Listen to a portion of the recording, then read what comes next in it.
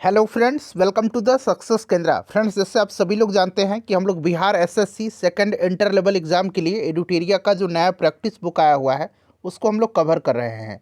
यहाँ पर आप देख भी सकते हैं एडुटेरिया बीएसएससी द्वितीय इंटर स्तरीय संयुक्त प्रतियोगिता परीक्षा 2023 और इस बुक में टोटल 15 मॉडल प्रैक्टिस सेट्स दिए गए हैं। आज हम लोग सेट नंबर 9 को पूरी डिटेल में एक्सप्लेनेशन के साथ कवर करने वाले हैं।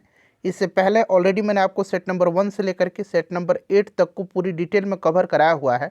अगर आपने इनको नहीं देखा है तो ज़रूर देख लीजिएगा। इन सभी वीडियोज़ का लिंक आपको आज के इस सेशन के डिस्क्रिप्शन बॉक्स में मिल जाएंगे।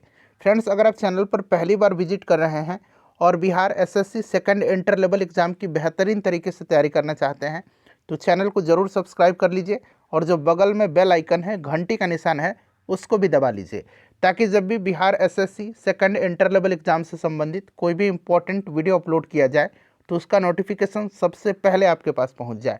तो चलिए फ्रेंड्स, बिना देरी किए हुए सेशन आज के स्टार्ट करते हैं।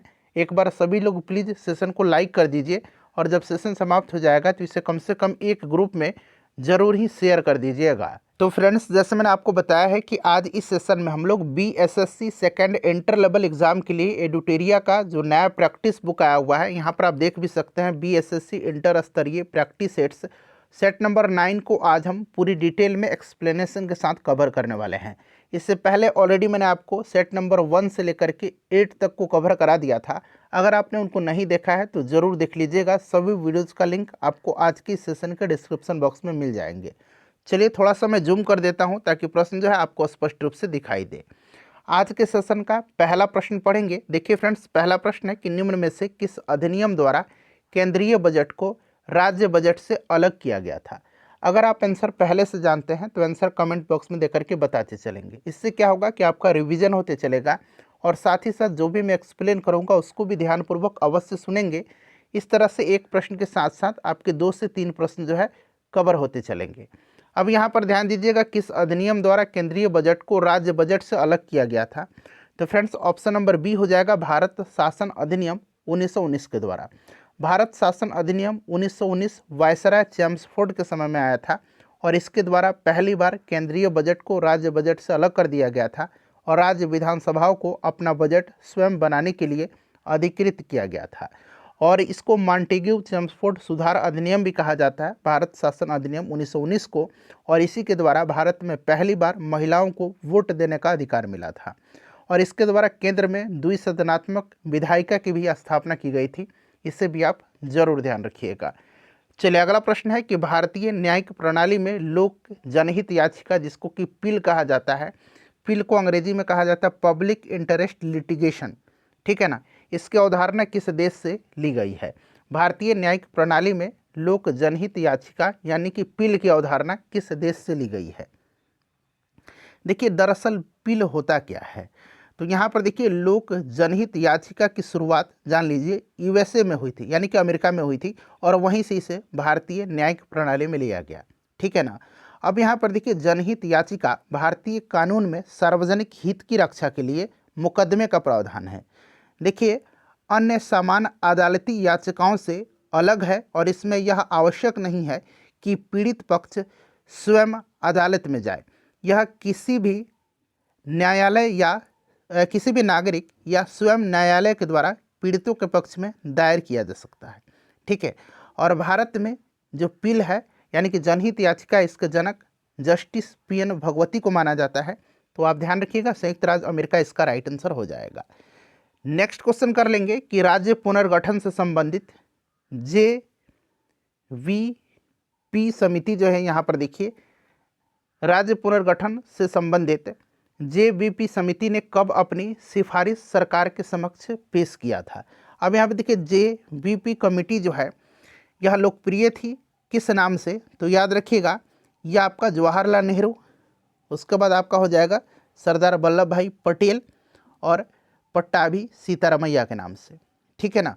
ये इसमें थे राज्य पुनर्गठन के जो मुद्दे थे उसी के जांच के लिए, समीक्षा के लिए JVP समिति का गठन 1948 में किया गया था और इसने अपनी रिपोर्ट 1949 में सरकार को सौंपी, जिसने भाषाई आधार को तत्कालीन समय में अव्यावहारिक बताया था, ठीक है ना। तो आपका रिपोर्ट पूछा गया, सिफारिश सरकार के समक्ष कब प्रस्तुत किया था, तो ध्यान रखिएगा 1949 में, option number B right answer हो जाएगा। चलिए उसके बाद नेक्स्ट क्वेश्चन है, भारत शासन अधिनियम 1935 के तहत प्रस्तावित प्रणाली थी। तो इसमें से अगर हम बात करें तो यहाँ पर ध्यान दीजिएगा, भारत शासन अधिनियम या भारत सरकार अधिनियम 1935 के अनुसार अखिल भारतीय संघ, ऑप्शन नंबर यहाँ पर ए राइट आंसर हो जाएगा, अखिल भारतीय संघ की स्थापना 11 ब्रिटिश प्रांत 6 कमिश्नरी और उन देशी रियासतों से मिलाकर के होनी थी जो स्वयं से इस संघ में सम्मिलित होना चाहते हैं। और इसमें क्या था, प्रांतों के लिए संघ में सम्मिलित होना अनिवार्य था, किंतु देशी रियासतों के लिए यह ऐच्छिक था। इससे भी आप जरूर ध्यान रखिएगा। और देखिए भारत शासन अधिनियम 1935 की कुछ विशेषताएं मैं आपको बता रहा हूं, जैसे कि प्रांतीय स्वायत्तता, केंद्र में द्वैध शासन की स्थापना, संघीय न्यायालय, ठीक है ना, ये सब आप ध्यान रखिएगा। चलिए उसके बाद नेक्स्ट क्वेश्चन हमारा है कि सरकारिया आयोग गठित हुआ था समीक्षा के लिए। तो आपको याद होगा जून 1983 में केंद्र राज्य संबंधों पर विचार करने और उसको सुदृढ़ करने हेतु सुझाव देने के लिए न्यायमूर्ति रंजीत सिंह सरकारिया की अध्यक्षता में एक आयोग का गठन किया गया था। तो ये संघ और राज्य के मध्य संबंधों की, यानी कि ऑप्शन नंबर यहाँ पर आप देख सकते हैं केवल 4 इसका राइट आंसर हो जाएगा। फ्रेंड्स अगर मेरा पढ़ाया हुआ आपको पसंद आ रहा है तो प्लीज़ सेशन को लाइक ज़रूर करें, आपका एक लाइक हमें काफ़ी मोटिवेट करता है। और आप हमारी मदद कर सकते हैं किस प्रकार से, तो वीडियो को ज़्यादा से ज़्यादा शेयर करके। चलिए अगला प्रश्न है, भारतीय संविधान में महान न्यायवादी के संदर्भ में कौन सा कथन यहाँ पर सत्य दिया गया है? कौन सा कथन सत्य है? तो भारतीय संविधान का अनुच्छेद 76 जो है, इसके अंतर्गत इसके पद का सृजन किया गया है। महान न्यायवादी की नियुक्ति राष्ट्रपति के द्वारा की जाती है, राष्ट्रपति के प्रसाद पर्यंत यह पद धारण करता है। और देखिए यह बिना किसी सरकार की, यानी बिना सरकारी अनुमति के किसी आपराधिक मामलों में व्यक्ति का बचाव नहीं कर सकता। बिल्कुल ये दोनों सही दिया गया है। और संसद की संयुक्त बैठक में भाग ले सकता है, परंतु इसको मत देने का अधिकार नहीं है। लेकिन यहाँ पर दिया गया है भाग ले सकता है एवं अपना मत भी दे सकता है, जो कि गलत दिया गया है। इसलिए 1 और 2 इसका राइट आंसर हो जाएगा, जो कि ऑप्शन नंबर आप देख सकते हैं सी में दिया गया है। चलिए अगला प्रश्न है हमारा, क्वेश्चन नंबर यहाँ पर देखिए 7 है कि पंचायती राज संस्थाओं में आरक्षण संबंधी प्रावधान की चर्चा किस अनुच्छेद के तहत की गई है? देखिए आरक्षण संबंधी प्रावधान मैं आपको बताया था, इस तरह का प्रश्न पहले भी मैंने आपको कराया हुआ है जब मैं डिटेल में बता रहा था। तो यहाँ पर 243 का डी हो जाएगा, ठीक है ना। 243 के डी में महिलाओं, अनुसूचित जाति, अनुसूचित जनजाति के आरक्षण संबंधी प्रावधान किए गए हैं। अनुच्छेद 243H क्या है? तो इसमें पंचायतों द्वारा कर अधिरोपित करने की शक्तियों और उनकी निधियों का उल्लेख है। अनुच्छेद 243E में क्या है? पंचायतों की अवधि है, बड़ा ही इंपॉर्टेंट है, पंचायतों की अवधि है। और 243G में क्या है? तो पंचायतों की शक्ति, प्राधिकार और उत्तरदायित्व है। ये सब पॉइंट्स आपको ध्यान रखना है। देखिए धन विधेयक के अतिरिक्त एक विधेयक जो विधानसभा ने प्रथम बार पारित कर दिया हो, विधान परिषद में कितने समय तक पड़ा रह सकता है, बताएंगे? तो देखिए भारतीय संविधान का जो आर्टिकल 197 है, इसके तहत धन विधेयक से भिन्न, यानी कि धन विधेयक से अलग विधेयक के बारे में चर्चा की गई है। और ऐसे विधेयक को यदि विधानसभा ने प्रथम बार पारित कर दिया हो और उसके बाद विधान परिषद उस विधेयक को 3 माह से ज़्यादा समय तक नहीं रोक सकती है, ठीक है ना। तो यहाँ पर ऑप्शन नंबर बी हो जाएगा 3 माह। अगला प्रश्न है कि अक्टूबर 1934 में कहाँ कांग्रेस समाजवादी पार्टी की स्थापना की गई थी? कांग्रेस सोशलिस्ट पार्टी की स्थापना 1934 में आपको याद होगा पटना में किया गया था।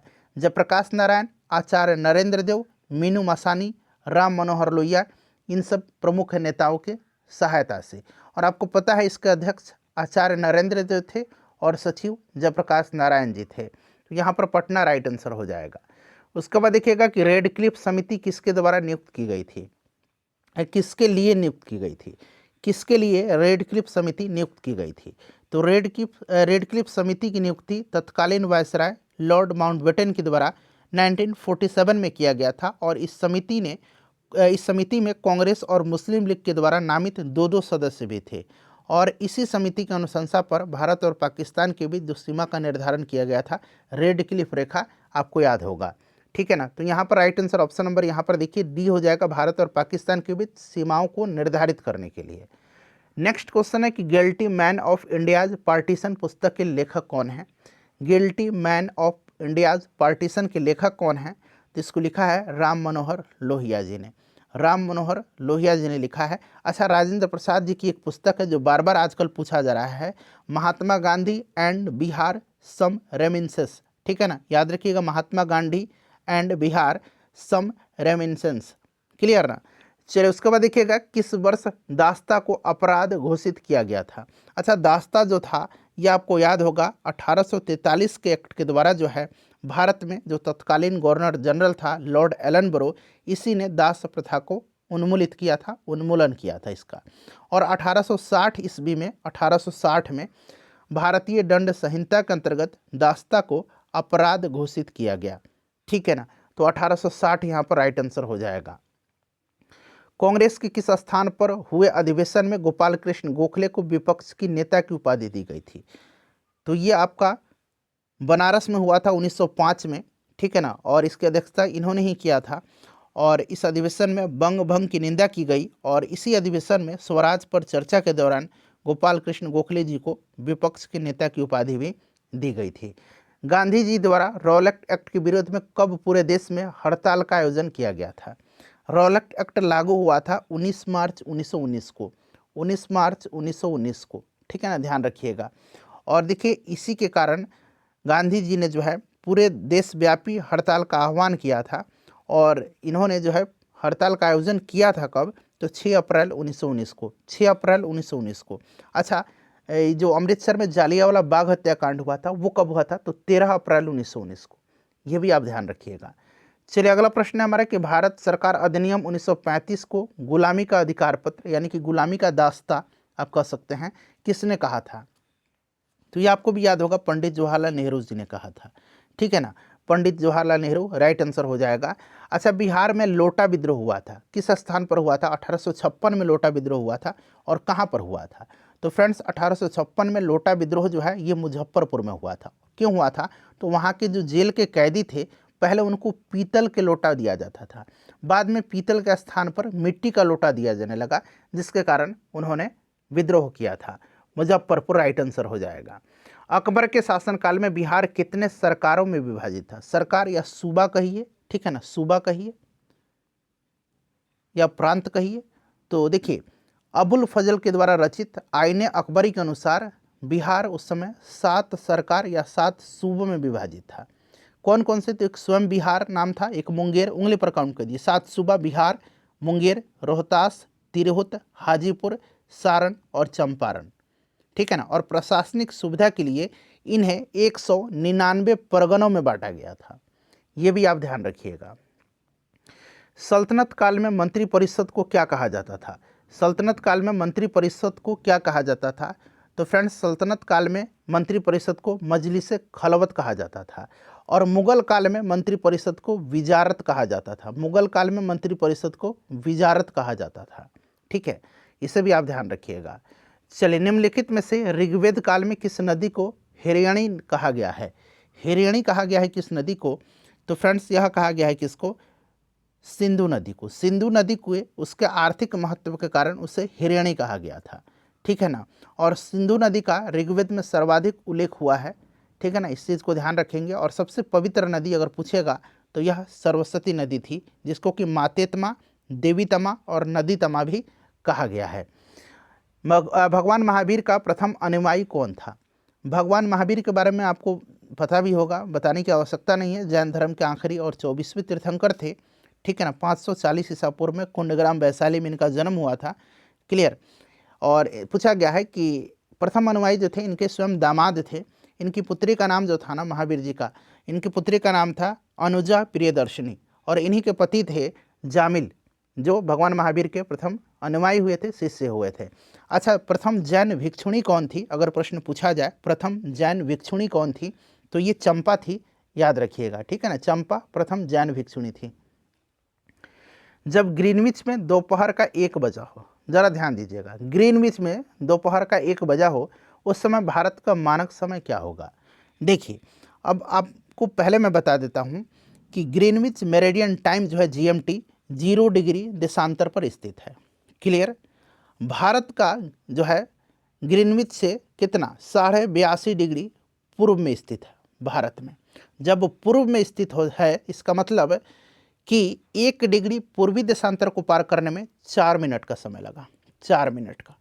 ठीक है ना, पश्चिम में होता है तो माइनस होता है, लेकिन पूर्व में है तो 4 मिनट का समय लगा। क्लियर।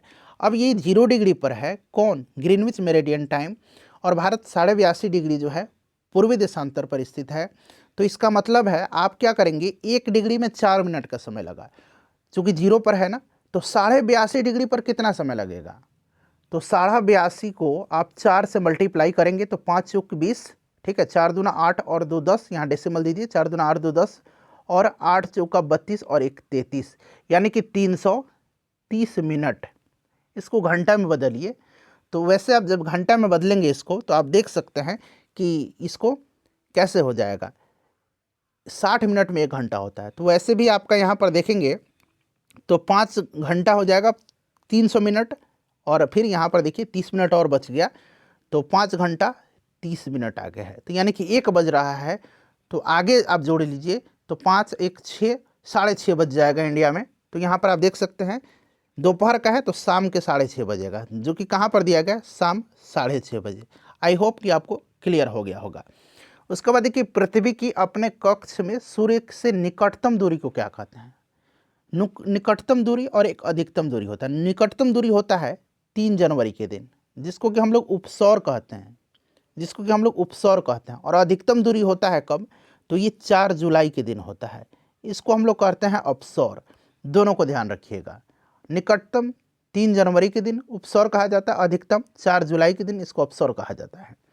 दक्षिणी भारत की सर्वोच्च शिखर का नाम क्या है, सिंपल सा क्वेश्चन, अनाईमुडी है और यह अन्नामलाई पर्वत पर स्थित है। दूसरा सबसे ऊंचा चोटी दक्षिण भारत का पूछता तो डोडा बेटा होता, सर्वोच्च जो है ये अनाईमुडी है।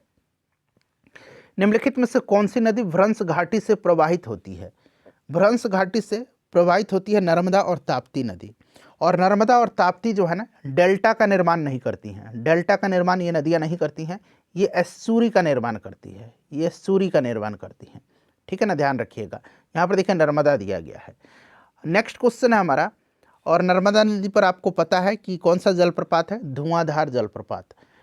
सूची दिया गया है, मिलान करना, एक तरफ समुद्री जलधाराएं हैं, दूसरी तरफ किस महासागर से ये संबंधित है। तो अग्लुहास ये हिंद महासागर की जलधारा है, एलेनिनो जो है ये दक्षिणी प्रशांत की है, ठीक है, यहाँ पर दिया गया है। और क्यूरेशियो जो है ये उत्तरी प्रशांत की है, और बेंगुएला जो है ये दक्षिणी अटलांटिका की है।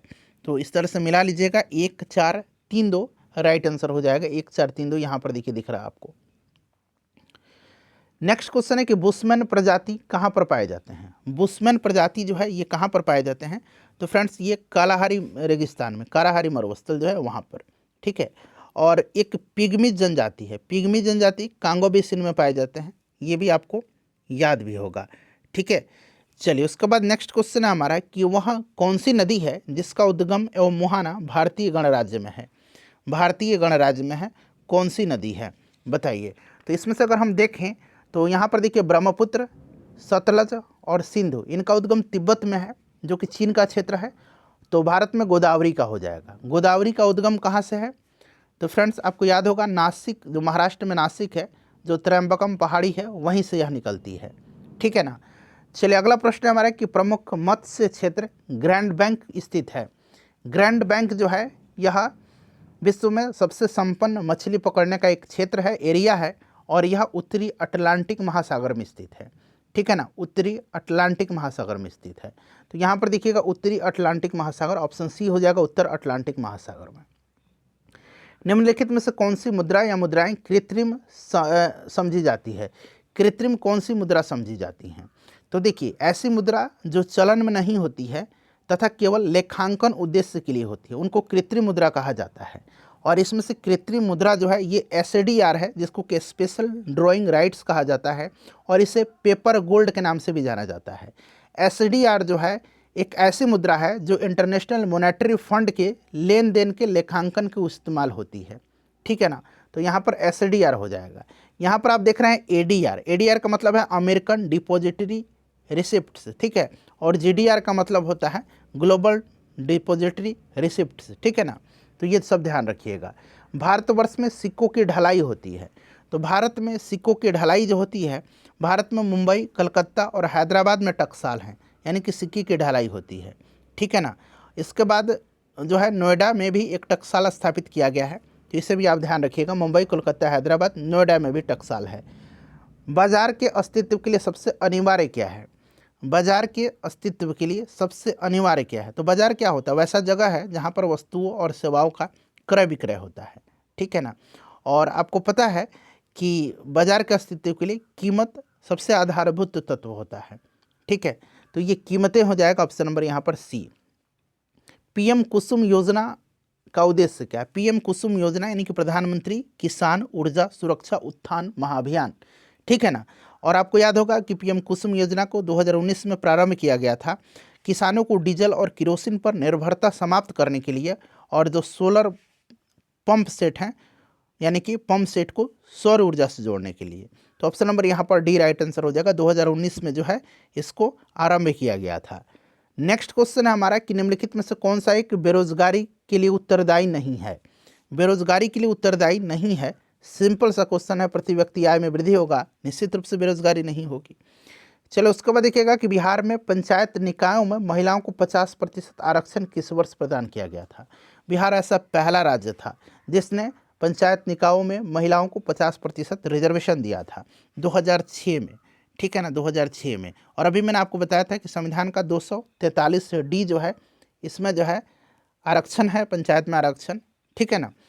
चलिए 2006 राइट आंसर हो जाएगा। भंडारी समिति किससे संबंधित है? भंडारी समिति संबंधित किससे है? भंडारी समिति का संबंध जो है ये आपका क्षेत्रीय ग्रामीण बैंकों की पुनर्संरचना से है, क्षेत्रीय ग्रामीण बैंकों की पुनर्संरचना से, ठीक है। नरसिम्हन समिति याद रखिएगा वित्तीय बैंकिंग सुधार से है, ठीक है। मल्होत्रा समिति बीमा क्षेत्र में सुधार से है। चलिए उसके बाद नेक्स्ट क्वेश्चन है कि सुशासन पुरस्कार योजना की शुरुआत किस राज्य सरकार के द्वारा किया गया है? सुशासन पुरस्कार योजना की शुरुआत हरियाणा सरकार के द्वारा किया गया, और इस योजना को शुरू करने का मुख्य उद्देश्य कार्यस्थल पर असाधारण प्रयास करने वाले व्यक्तियों को सम्मानित करना है। तो यहाँ पर हरियाणा राइट आंसर हो जाएगा। रिफॉर्म नेशन पुस्तक के लेखक कौन है? रिफॉर्म नेशन पुस्तक को लिखा है किसने? तो इसको लिखा है गौतम चिकरमाने ने, गौतम चिकरमाने ने, ठीक है ना। ऑप्शन नंबर यहाँ पर ए राइट आंसर हो जाएगा।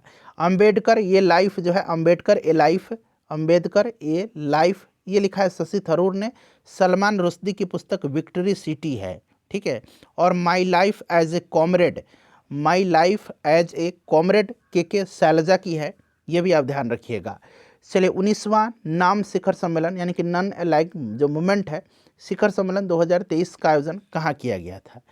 तो देखिए इसका आयोजन अब 2024 में होने वाला है, कहाँ पर? तो युगांडा की राजधानी कंपाला में, युगांडा की राजधानी कंपाला में। इससे पहले वाला हुआ था ये कहाँ पर हुआ था? अजरबैजान के बाकू में हुआ था। अच्छा अभी जो होने वाला है इसमें भारत की तरफ से विदेश मंत्री एस जयशंकर भाग लेंगे। अर्जुन अवार्ड 2023 से सम्मानित तरुण ढिल्लों का संबंध किस खेल से है? तरुण ढिल्लों को अर्जुन पुरस्कार 2023 में दिया गया था, और 25 खिलाड़ियों को अर्जुन पुरस्कार दिया गया था पिछले साल, और तरुण ढिल्लों का संबंध पैरा बैडमिंटन से है। तो यहाँ पर देखिएगा पैरा बैडमिंटन राइट आंसर हो जाएगा। मैन बुकर अंतर्राष्ट्रीय पुरस्कार, देखिए एक आपका इंटरनेशनल बुकर प्राइज है जो कि यहाँ पर प्रश्न में पूछा गया, इंटरनेशनल बुकर प्राइज, और एक बुकर प्राइज है, केवल बुकर प्राइज लिखा रहेगा, एक केवल बुकर प्राइज लिखा रहेगा, ठीक है। और एक इंटरनेशनल लिखा रहेगा जैसे यहाँ पर लिखा गया है। जॉर्जी गोस्पंदिनोव को सम्मानित किया गया, आपको पता है, ठीक है। और बुकर पुरस्कार 2023 यानी कि बुकर प्राइज 2023 पॉल लिंच को दिया गया है। पॉल लिंच आयरलैंड के हैं, आयरिश लेखक हैं पॉल लिंच, और उनको प्रोफेट सॉन्ग के लिए बुकर पुरस्कार 2023 दिया गया पॉल लिंच को, यहाँ मैं लिख देता हूँ पॉल लिंच को। और अंतर्राष्ट्रीय बुकर पुरस्कार दिया गया है जॉर्जी गोस्पंदिनोव को, ये बुल्गारिया की हैं, और इनकी जो रचना है टाइम शेल्टर के लिए इनको दिया गया है, ऑप्शन बी। तो दोनों ध्यान रखिएगा। वैश्विक आतंकवाद सूचकांक 2023 में कौन सा देश शीर्ष पर है? वैश्विक आतंकवाद सूचकांक जर्मन वाच के द्वारा जारी किया जाता है। भारत का स्थान इसमें 13वां है, पहले स्थान पर इसमें कौन सा देश? अफगानिस्तान है, अफगानिस्तान राइट आंसर होगा। नेक्स्ट क्वेश्चन यहाँ से देखेंगे कि उच्च शिक्षण संस्थाओं की रैंकिंग में किस सर्वश्रेष्ठ विश्वविद्यालय का खिताब दिया गया है। तो देखिए जून 2023 में नेशनल इंस्टीट्यूशनल रैंकिंग फ्रेमवर्क के अंतर्गत भारत में उच्च शिक्षण संस्थानों की रैंकिंग जारी की गई है और जिसके तहत सर्वश्रेष्ठ विश्वविद्यालय का खिताब भारतीय विज्ञान संस्थान बेंगलुरु को दिया गया है। तो यहाँ पर देखिए IISc Bengaluru one web India 2 उपग्रह को किस प्रक्षेपण यान के द्वारा प्रक्षेपित किया गया, वन वेब इंडिया 2 को। तो देखिए इसको जो है लॉन्च किया गया था किस व्हीकल से, तो LVM-3 से इसको लॉन्च किया गया है। अब जरा सा यहाँ पर क्लियर कर देता हूँ मैं। देखिए LVM-3 M4 से चंद्रयान 3 को लॉन्च किया गया था, तो इसे भी ध्यान रखिएगा, ठीक है ना। चलिए, पापुआ न्यू गिनी के नए प्रधानमंत्री कौन बने हैं, तो पापुआ न्यू गिनी के प्रधानमंत्री हैं जेम्स मारेपे, ठीक है ना। और पापुआ न्यू गिनी की राजधानी पोर्ट मोरेस्बी है, पोर्ट मोरेस्बी याद रखिएगा, ठीक है ना। चलो उसके बाद देखिएगा एशियन गेम्स 2023 में भारतीय महिला कबड्डी टीम ने कौन सा पदक जीता।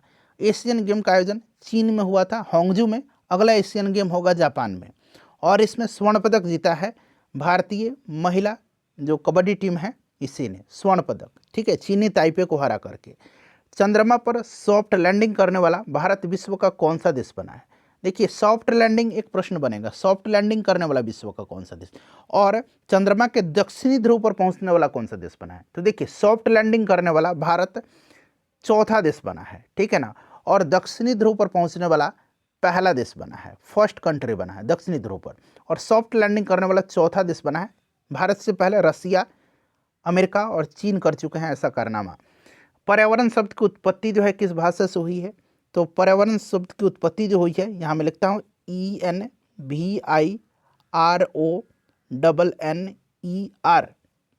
ठीक है ना। तो ये एक कौन सा शब्द है, फ्रेंच शब्द है, एनवायरोनर, एनवायरोनर पढ़िए इसको, ठीक है ना। और इसका मतलब होता है आसपास, पड़ोस, ठीक है, इसका मतलब होता है आसपास। तो फ्रेंच शब्द से हुई है, यहाँ पर फ्रेंच हो जाएगा। देखिए निम्न में से कौन कृष्णा नदी की सहायक नदी नहीं है। कृष्णा नदी की सहायक नदी नहीं है इसमें से, तो पंचगंगा और आपका घाट प्रभा, कोयना, तुंगभद्रा, ये सब कृष्णा की सहायक नदी हैं। यहाँ पर देखिएगा वर्धा और पूर्णा जो है ये गोदावरी की सहायक नदी है, ध्यान रखिएगा। निम्नलिखित में से कहाँ सदाबहार वन पाए जाते हैं। सदाबहार वन जो है ये कहाँ पर पाए जाते हैं, तो पश्चिमी घाट, उत्तर पूर्वी भारत, अंडमान निकोबार द्वीप समूह में, ठीक है ना। तो यहाँ पर देखिए पश्चिमी घाट आपको ऑप्शन में मिल जाएगा। चलिए उसके बाद नेक्स्ट क्वेश्चन है हमारा कि लिबेरो जो है यह शब्दावली का संबंध किस खेल से है। तो लिबेरो जो शब्दावली है इसका संबंध वॉलीबॉल से है। अच्छा, वॉलीबॉल में पता है आपको एक टीम में कितने खिलाड़ी होते हैं, 6 खिलाड़ी होते हैं, इसे भी आप ध्यान रखिएगा। कबड्डी में कितने होते हैं, तो 7 खिलाड़ी होते हैं, जरूर ध्यान रखिएगा। चलिए उसके बाद देखिएगा कि नमक और रेत के मिश्रण से नमक को अलग करने का सही क्रम कौन सा, क्रम पूछा गया है। तो सबसे पहले आप क्या करेंगे, नमक और रेत का जो मिश्रण है, मिश्रण को पानी में घोल देंगे और बालू को छान लेते हैं। फिर खारे पानी के घोल से पानी को वाष्पित करके नमक एकत्र करते हैं। तो यहाँ पर देखिए घोलना यानी कि डिजॉल्विंग, उसके बाद फिल्टरेशन यानी कि निस्पंदन, और फिर इवोपरेशन यानी कि वाष्पीकरण। Option number A right answer हो जाएगा। उसके बाद चलिए अगला प्रश्न कर लेंगे कि निम्नलिखित में से कौन सा विटामिन हमारे शरीर में सूर्य की किरणों की सहायता से संश्लेषित होता है। कौन सा विटामिन है, तो यह विटामिन जो है विटामिन डी है। विटामिन डी सूर्य की किरणों की सहायता से हमारे शरीर में संश्लेषित होता है और इसी कारण इसको सनशाइन विटामिन कहा जाता है। और यह शरीर में कैल्शियम और फॉस्फेट की मात्रा को नियंत्रित करने में मदद करता है। हड्डियों, दांतों को स्वस्थ रखने हेतु इनको पोषक तत्व की जो है आवश्यकता होती है, इस तरह की। तो विटामिन डी हो जाएगा। देखिएगा स्टिल्ट रूट्स मौजूद होते हैं। अब यहाँ पर थोड़ा सा ध्यान दीजिएगा, स्टिल्ट रूट्स का मतलब आप बोलचाल में जटा मूल कहिए, जटा जड़ जो होता है, जटा टाइप का जटा मूल, ठीक है। और अगर शुद्ध हिंदी की बात करें तो इसको अवस्तंभ मूल कहा जाता है, अवस्तंभ, ठीक है ना, अवस्तंभ मूल इसको कहा जाता है। ये होता क्या है, तो देखिए ये जो जटा जड़ें हैं यानी कि जो आपका स्टिल्ट रूट्स हैं वो निचले जो स्टेम है, निचले स्टेम नोड से ये उत्पन्न होती है और मिट्टी में गहरी हो जाती हैं। और इस प्रकार की जड़ आपने देखा होगा मक्का का पौधा गन्ना में और ज्वार में होता है। मक्का, गन्ना, ज्वार याद रखिएगा। तो यहाँ पर गन्ना और मक्का दिया गया है। नेक्स्ट क्वेश्चन है कि एक आवेशित चालक पर आवेश होता है। एक आवेशित चालक पर आवेश होता है। कोई भी आवेशित वस्तु है, चाहे वह धनावेशित हो या ऋणावेशित, एक विद्युत क्षेत्र बनाता है, यानी कि एक इलेक्ट्रिक फील्ड बनाता है जो अपने आसपास के स्थान में प्रवेश करता है। अतः आवेश चालक के बाहरी सतह पर होते हैं, ठीक है ना, बाहरी सतह इसका राइट आंसर हो जाएगा। चलो उसके बाद नेक्स्ट क्वेश्चन हमारे कि स्वपोषी में आंतरिक कोश की ऊर्जा किस रूप में संग्रहित होती है। स्वपोषी में, स्वपोषी जो अपना भोजन स्वयं प्रकाश संश्लेषण के द्वारा बनाता है और ग्लूकोज के रूप में बनाता है, जिसके कुछ भाग का उपयोग जीवन प्रक्रियाओं के संचालन में करता है और कुछ को भविष्य के लिए ग्लूकोज बहुलक स्टार्च के रूप में संग्रहित कर देता है। इसलिए स्टार्च यहाँ पर राइट आंसर हो जाएगा। निम्नलिखित में से कौन ईस्ट द्वारा अवायवीय श्वसन का उत्पाद है। ईस्ट द्वारा अवायवीय श्वसन का उत्पाद इसमें से कौन सा है। तो यहाँ पर आप देख सकते हैं, एक तो आपका हो जाएगा कौन, कार्बन डाइऑक्साइड, फिर इथेनॉल और ऊर्जा, ठीक है ना। इथेनॉल यानी कि शराब हो गया, कार्बन डाइऑक्साइड, शराब और ऊर्जा। चलिए उसके बाद देखिए इनमें से कौन सा परागकण को संदर्भित करता है। कौन परागकण को संदर्भित करता है। देखिए जब एक पुष्प होता है ना, तो एक पुष्प का एक परागकोशी उसी या उसी प्रजाति के दूसरे फूल के जो स्टिग्मा है, वर्तिकाग्र है, वहाँ तक परागकणों का स्थानांतरण होता है और उसी को पॉलिनेशन यानी कि परागकण कहा जाता है। तो परागकोश से वर्तिकाग्र में पराग का स्थानांतरण, ठीक है। चलिए उसके बाद देखिएगा कि क्लिनिकल जो थर्मामीटर है इसकी रेंज क्या है, सीमा क्या है। तो क्लिनिकल थर्मामीटर का रेंज 35 डिग्री सेंटीग्रेड से 42 डिग्री सेंटीग्रेड है। उसके बाद अगर आपको लेबोरेटरी थर्मामीटर का रेंज पूछा जाएगा तो ये भी ध्यान रखेंगे -10 डिग्री सेंटीग्रेड से 110 डिग्री सेंटीग्रेड तक, ये आपका लेबोरेटरी वाला थर्मामीटर है। गैस के अणुओं की गतिज ऊर्जा बढ़ जाती है। गतिज ऊर्जा गैस के अणुओं की बढ़ जाती है जब तापमान में वृद्धि होती है, क्योंकि तापमान में वृद्धि के साथ कणों की गति भी बढ़ती है। तो ऑप्शन नंबर यहाँ पर बी राइट आंसर हो जाएगा। इलेक्ट्रिक हीटर जो है यह परिवर्तित होती है, परिवर्तित करता है। तो इलेक्ट्रिक हीटर जो है यह विद्युत ऊर्जा को जो है आपको उष्मीय ऊर्जा में परिवर्तित करता है।